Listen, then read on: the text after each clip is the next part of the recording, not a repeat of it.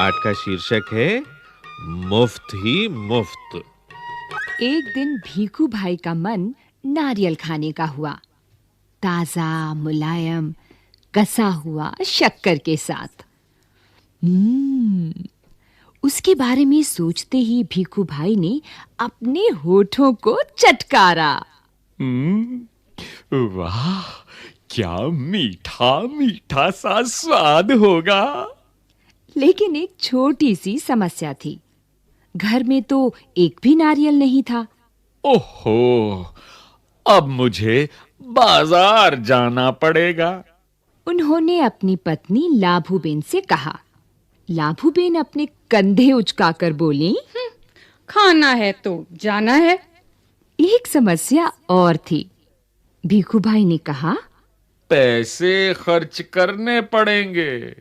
लाभूबेन बोली, हाँ, पैसे तो खर्च करने पड़ेंगे। अब तक तो तुम्हें पता लग गया होगा कि भीखू भाई जरा कंजूस थे। वे सीधे खेत में बूढ़े बरगद के नीचे जाकर बैठ गए और सोचने लगे। क्या करूं?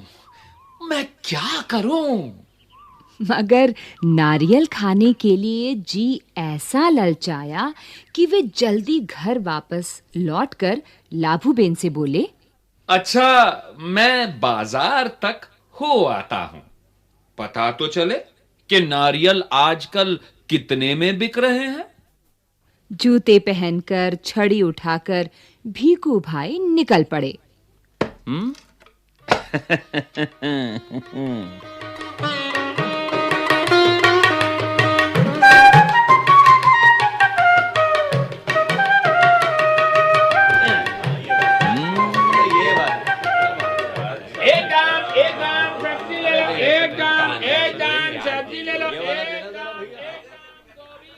बाजार में लोग अपने-अपने कामों में लगे थे।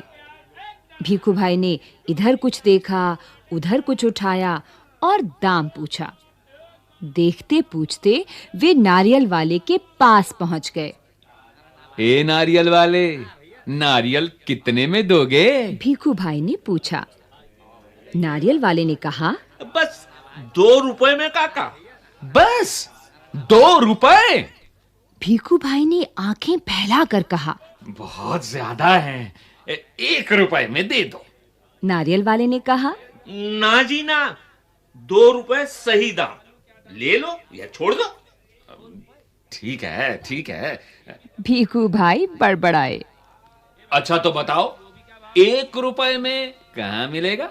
नारियल वाले ने कहा, यहाँ से थोड़ी दूर जो मंडी है वहां शायद मिल जाए। सो भीखू भाई उसी तरफ चल पड़े। चलो देख लेते हैं। वे अपने आप से बोले, टहलने का एक मौका है और रुपए भर की बचत भी हो जाएगी। मंडी में कोलाहल फैला हुआ था। व्यापारियों की ऊंची-ऊंची आवाजें गूंज रही थीं।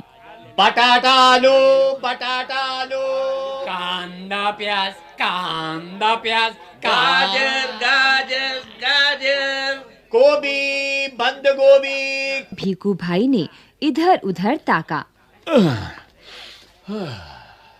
नारियल वाले को देखकर पूछा, अरे भाई, 1 नारियल कितने में दोगे?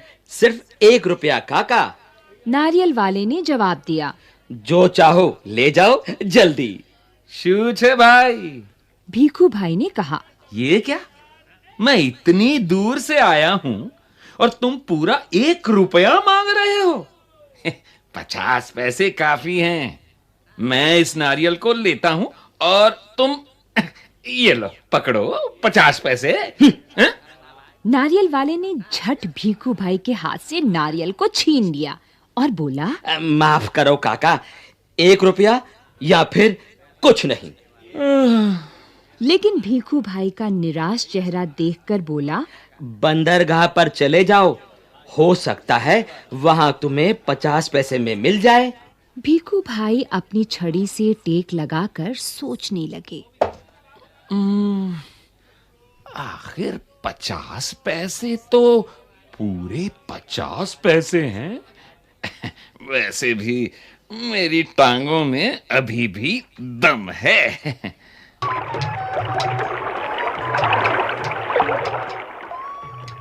सागर के किनारे एक नाव वाला बैठा था।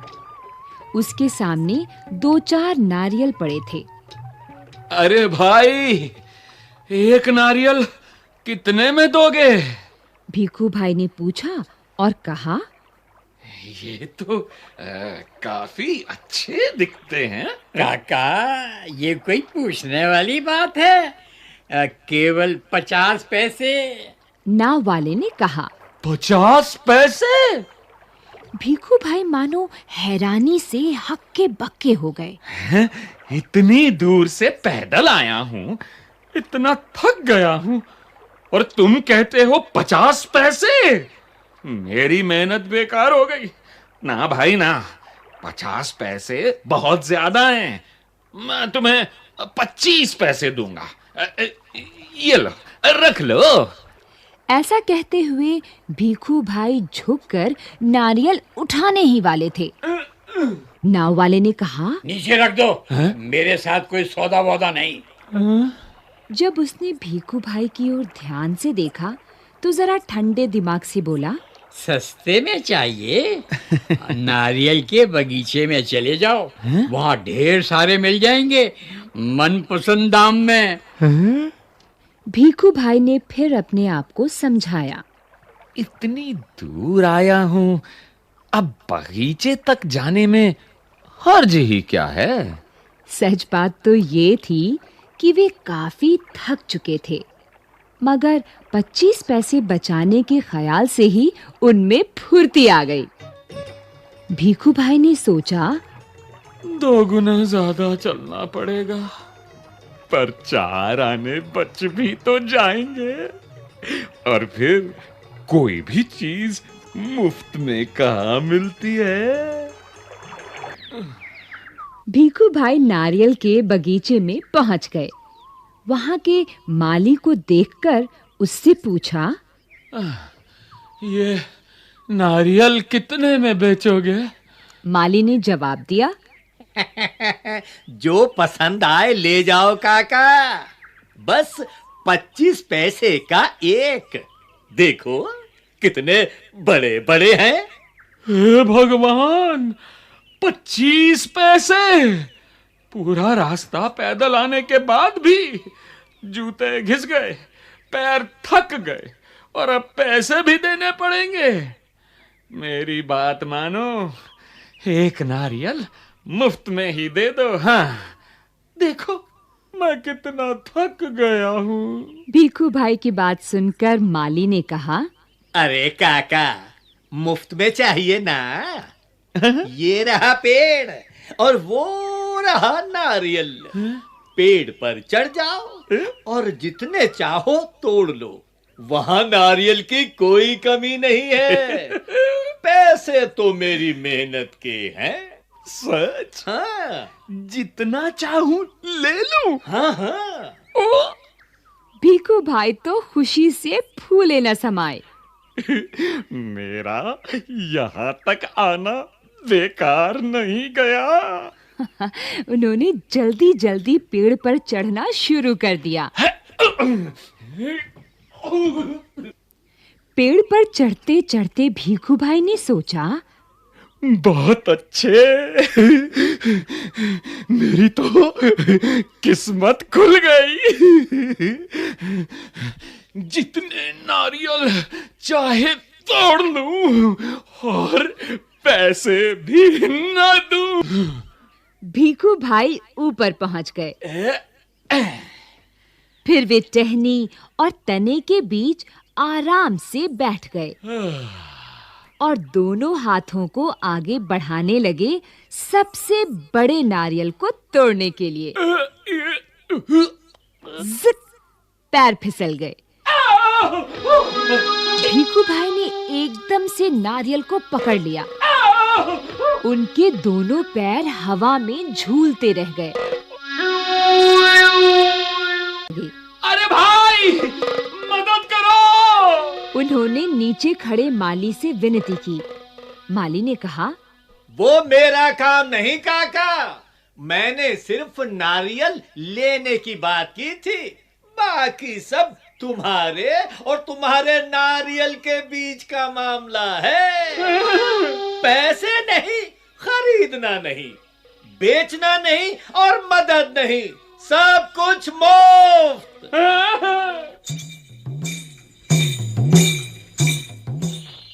तभी ऊंट पर सवार एक आदमी वहां से गुजरा। अरे ओ भीखू भाई जोर जोर से बुलाने लगे, ओ ऊंट वाले, मेरे पैर वापस पेड़ पर टिका दो ना, बड़ी मेहरबानी होगी।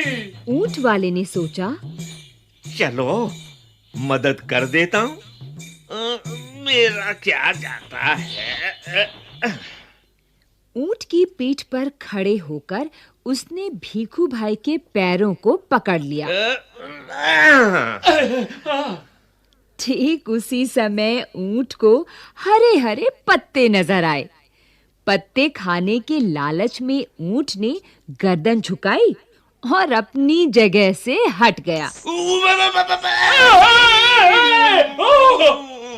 बस वो आदमी ऊंट की पीठ से फिसल गया। अपनी जान बचाने के लिए उसने भीखू भाई के पैरों को कसकर पकड़ लिया। अब दोनों क्या करते? इतने में एक घुड़सवार आया। अरे सांभलो छो,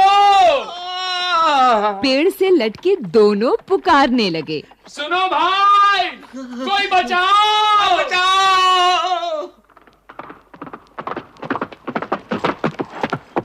घुड़सवार को देखकर भीखू भाई ने दुहाई दी, ओ मेरे भाई, मुझे पेड़ पर वापस पहुंचा दो।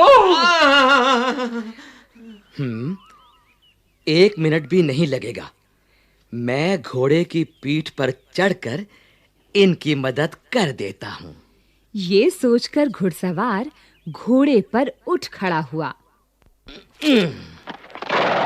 लेकिन कौन कहता है कि घोड़ा ऊंट से बेहतर है? हरी हरी घास दिखाई देने पर तो दोनों एक जैसे ही हैं। घास के चक्कर में घोड़ा जरा आगे बढ़ा और छोड़ चला अपने मालिक को ऊंट वाले के पैरों से लटकते हुए। 1, 2 और अब तीनों के तीनों झूलते रहे नारियल के पेड़ से।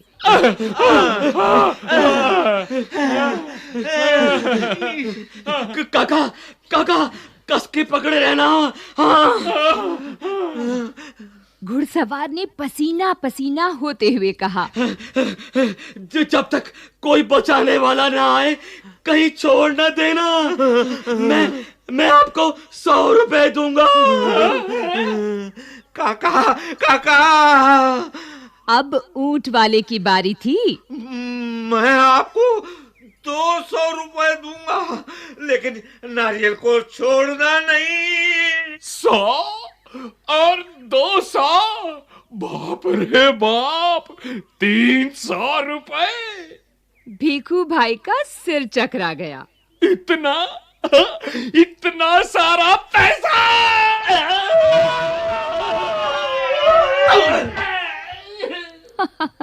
खुशी से उन्होंने अपनी दोनों बाहों को फैलाया और नारियल गया हाथ से छूट।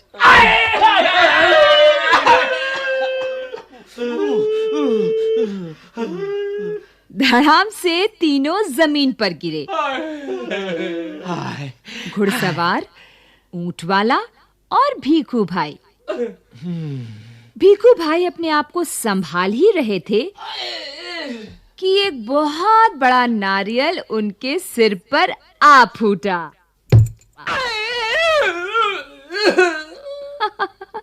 बिल्कुल मुफ्त।